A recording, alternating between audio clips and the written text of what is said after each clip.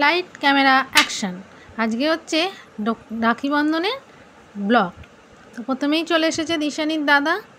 সে রাখি বেঁধে তারপর তার বাড়ি যাবে। তার বাড়ি হচ্ছে বাগনান, সেখানে এসেছে এখন রাখি বাঁধতে। তো দিশানিও সকাল সকাল রেডি হয়ে গেছে কারণ দাদাকে রাখি পরিয়ে সে যাবে তার আবার মামার বাড়ি। এখানে ফার্স্টে দিশানির ঠাম্মি তার নাতিকে রাখি বেঁধে দিচ্ছে, সেই ভিডিওটা আগে আপনাদের সামনে তুলে ধরলাম। তারপর আসছে আমাদের দিশানির পালা।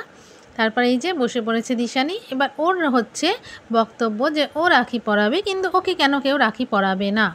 তো সেই জন্য ওর জন্য একটা রাখি কিনে আনা হয়েছে, যেটা আমরা ওকে পরিয়ে দেবো। এবার সে তার দাদাকে রাখি পরাচ্ছে, কিন্তু ভাবটা দিচ্ছে দেখুন যেন ও গেট বাঁধছে, কিন্তু একদমই বাঁধতে পারে না। তারপর তার ইচ্ছা হয়েছে যে সে তার দাদাকে একটা সন্দেশ খাইয়ে দেবে। এই যে এই মধুর স্মৃতিটা আমি আমার ক্যামেরায় ক্যাপচার করে নিলাম।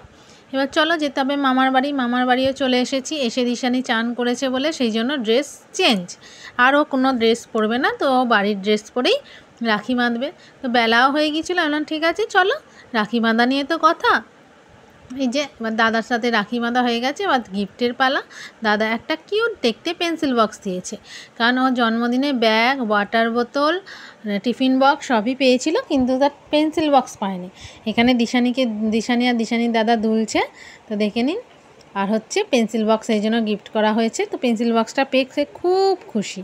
এবার আসছে দিশানির ভাইয়ের পালা।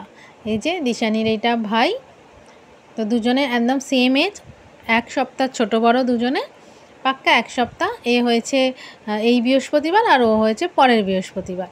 আমাদের মেয়েটা বড় আর হচ্ছে এটা ম্যাঙ্গো ছোট। এই যে রাখি পর্ব চলছে, রাখি তো পরাতে পারে না, এটা আমার মাও রাখি পরিয়ে দিচ্ছে। এবার আমরা আবার বাড়ি চলে এসেছি। এখানে আমার ননদ আমার হাজব্যান্ডকে রাখি পরিয়ে দিচ্ছে। তো আপনাদের রাখি পূর্ণিমা কেমন গেল সেটা জানাবেন। জানি এখন সবাইরই একটু মন মেজাজ খারাপ, কিন্তু তাও দৈনন্দিন কাজগুলো তো আমাদের করতে হবে। সেই জন্য আজকের ব্লগটা এখানেই শেষ করছি। সবাই ভালো থাকবেন, টাটা, আবার দেখা হবে।